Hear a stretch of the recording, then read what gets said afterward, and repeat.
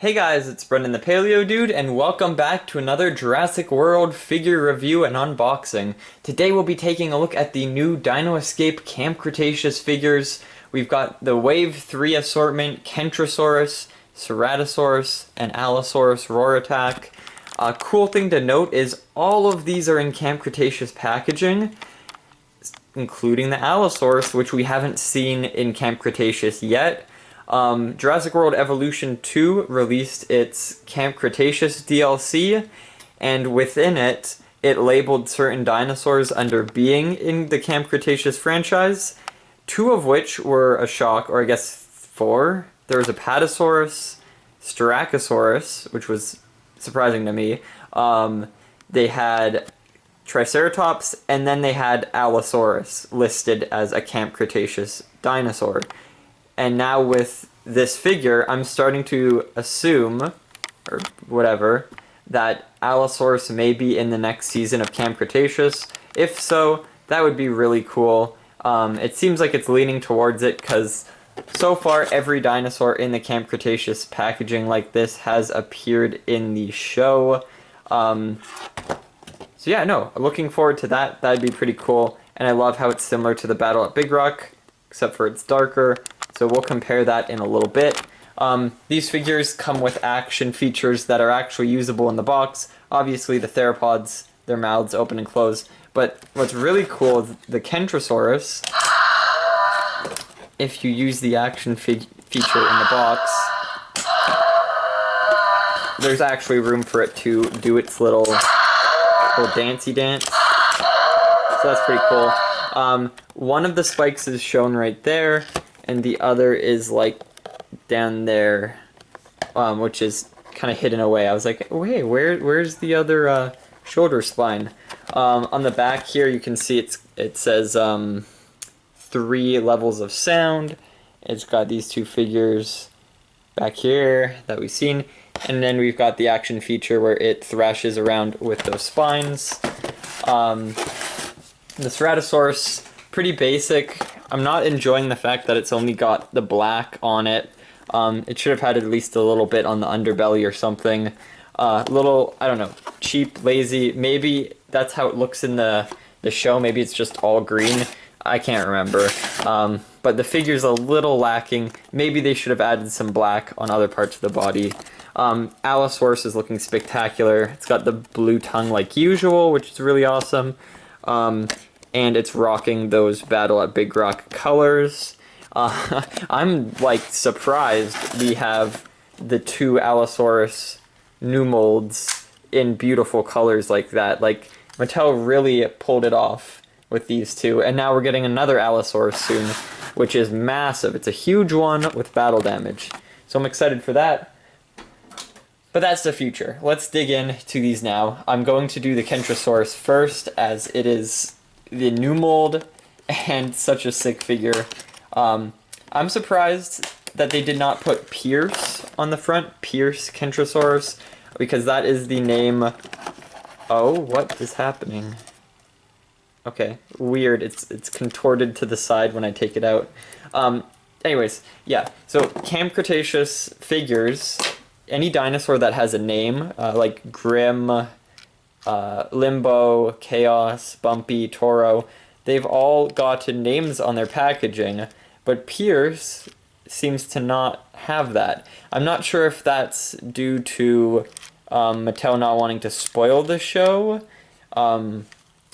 but regardless, it's kind of sad. It would have been nice to have Pierce on the box. So right now, oh, that's because I left it on. Whoops. Oh my goodness. So stationary position, it is straight. The body seems a little long to me due to this section, but it could just be me. Just this section alone, I don't know. It's a little off if I stare at it for too long, if that makes sense. But if I just don't stare at it for too long, it's fine. I'm loving the colors. Holy cow, did they do an amazing job. The whole butt end is painted. It's got these like lines going down the side, kind of like copper bleaching on walls. Same with the neck too. The underbelly has that spray. It's only on the front section though, but it continues up to the beak. The beak is not painted, but that's because it's brown, and they made it shiny, and I think the shine actually gives it a different color look, so that's an easy way to fix that. The eyes are typical for small dinosaur eyes. They just did one paint, no pupil. They just left room for the brown to show for that. Now I'm interested in getting these spikes out. Let's see. I'll try my best. I'll show it on screen so you guys can watch me suffer. Probably not good for my nails. Maybe if I try ripping... Yeah. Went from down here. I'm just gonna pull that off.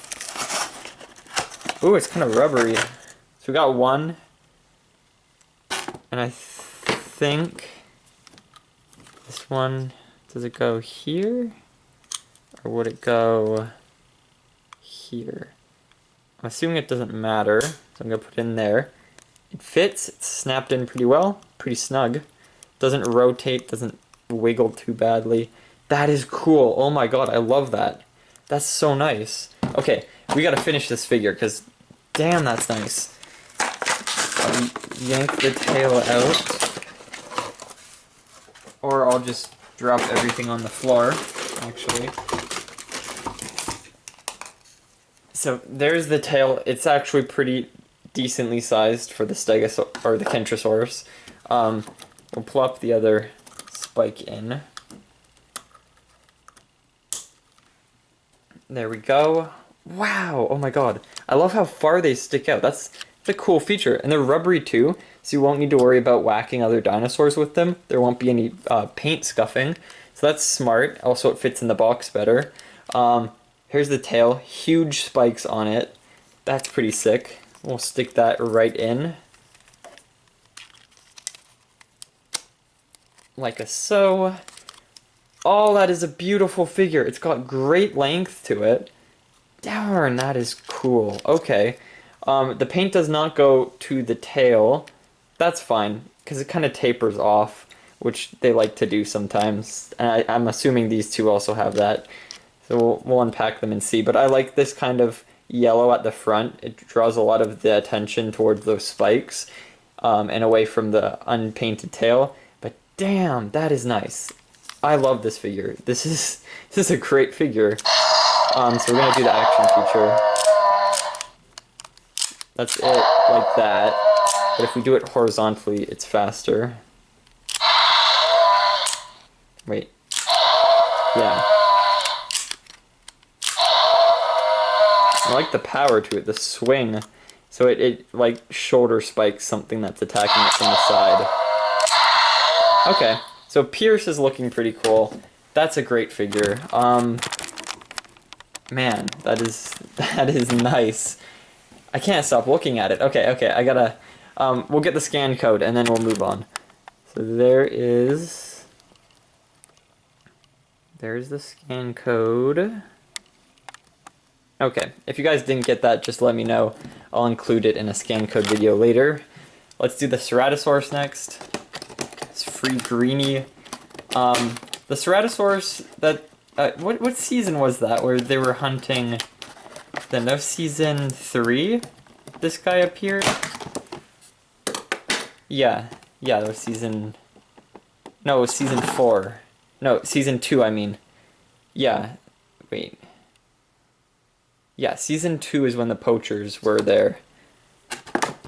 Okay, I think. Man, there's so many seasons. Being mixed up, whatever. So this guy was in that, where they're walking up to the water hole and they're like, oh no, they bump into the Ceratosaurus, but don't worry, they're near the water hole, so it won't eat them. Because it's neutral ground. Why won't the tail go in?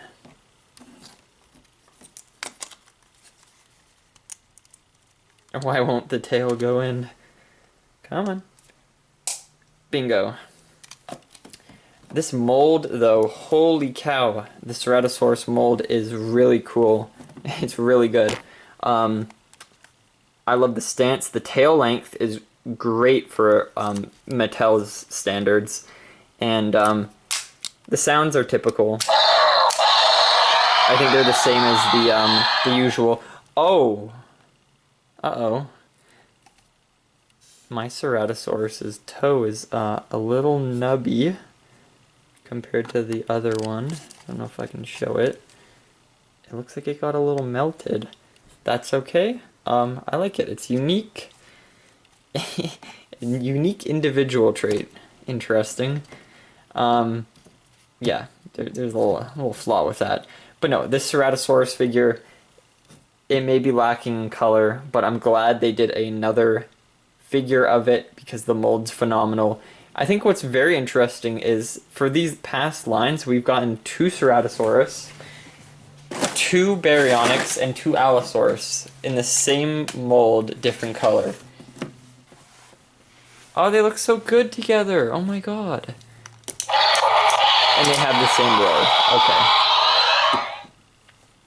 So that's neat. And all these guys, the Allosaurus, Ceratosaurus, and Kentrosaurus, they're from the Jurassic. Ooh, caught myself there. I know these guys are both from Morrison Formation. I'm not sure if Kentrosaurus lived alongside them or not. I know Stegosaurus did. But that's really cool how we've got a bunch of Jurassic dinosaurs all in one line. So we got Allosaurus out without the tail. Let's get that tail in there. There we go. Holy bajolies, the tail is not painted. I love how the Battle at Big Rock one has the tail painted. Damn, rip. Okay, so the Allosaurus, again, I'm pretty sure has the same roar features. First, its mouth barely opens. Second one, pretty intermediate. And then third, I like that.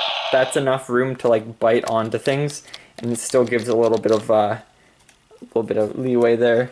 So here's the Arctic Allosaurus next to the Battle at Big Rock one. Arctic one has a red eye to complement that bloody nice stain on the neck. And this Battle at Big Rock one has the yellow eye like the original. The Battle at Big Rock figure has painted toes, and the paint job continues down the tail and the legs, where this one it does not. Oh, we're gonna get a domino effect. Thank you, Allosauruses. So yeah, no, they did not paint the toes on this one. They give it a darker shade of blue and brown, beige, I guess. Battle at Big Rock has the color going down to the snout, which I'm pretty sure that is how it is in the show, but they did not include it on here. The blue does not go down to the snout on the new one. What else is different? Obviously the molds are different. The neck's more horizontal than this one. Upright gait. The spikes on the back spikes are less prominent. You can see those ones are higher, where it's got none at all there. Base of the tail spikes are the same though, just unpainted. Ugh. Okay, so no leg paint, no tail paint, no snout paint, no toe paint for this one, but it's a better coloration because it's less bright, whereas this one has the beautifully painted, look at that, legs, tail, toes. It's completer. This one's less complete. Ugh, that's bothering me. There should be more in the rear end. Look, it's like unfinished. Finished? Unfinished. So that's kind of sad. Whatever. It is what it is. We're getting a new one soon, so I'll just look at that figure again. I'll get mad if it's not to my standard again, but let's compare it to the Battle at Big Rock Ceratops. Oh, that's pretty cool. They look good together. I don't know, it still fits the original with the kind of lighter colors, but they do look good together. The dark colors also match really well. So let's grab the campers. do a quick size comparison with the Stega, or the Kentro. I'm sure Pierce was slightly larger than that. Yeah, Pierce was a little larger than that. But technically Kentrosaurus in reality is pretty small. I know in the new Evolution 2 game, they have the Pierce as a large, larger than the original Kentrosaurus in the game, which is pretty neat to see that they included that. But yeah, comparing it to the Stegosaurus here, tail tip to tail tip, obviously the Stego is reasonably bigger, but Pierce still sizes up well. I think all the herbivores in the Jurassic lineup are a little too small, so everything's just scaled down slightly when it comes to the herbivores. But regardless, damn, that is a beautiful figure. So I hope you guys enjoyed this review. It was really fun to make, and holy cow was I looking forward to these figures. Again, huge shout out to Dev Jurassic for getting me this Allosaurus figure. It is absolutely wonderful that you were able to help me grab it, since it's kind of rare. From what I hear online, this figure is hard to track down in certain stores. So I hope you guys all enjoyed the video, and if you did, I'd appreciate a subscribe if you made it all the way to the end and for some reason you are not subscribed yet. And I'll see you all in the next one. Bye-bye.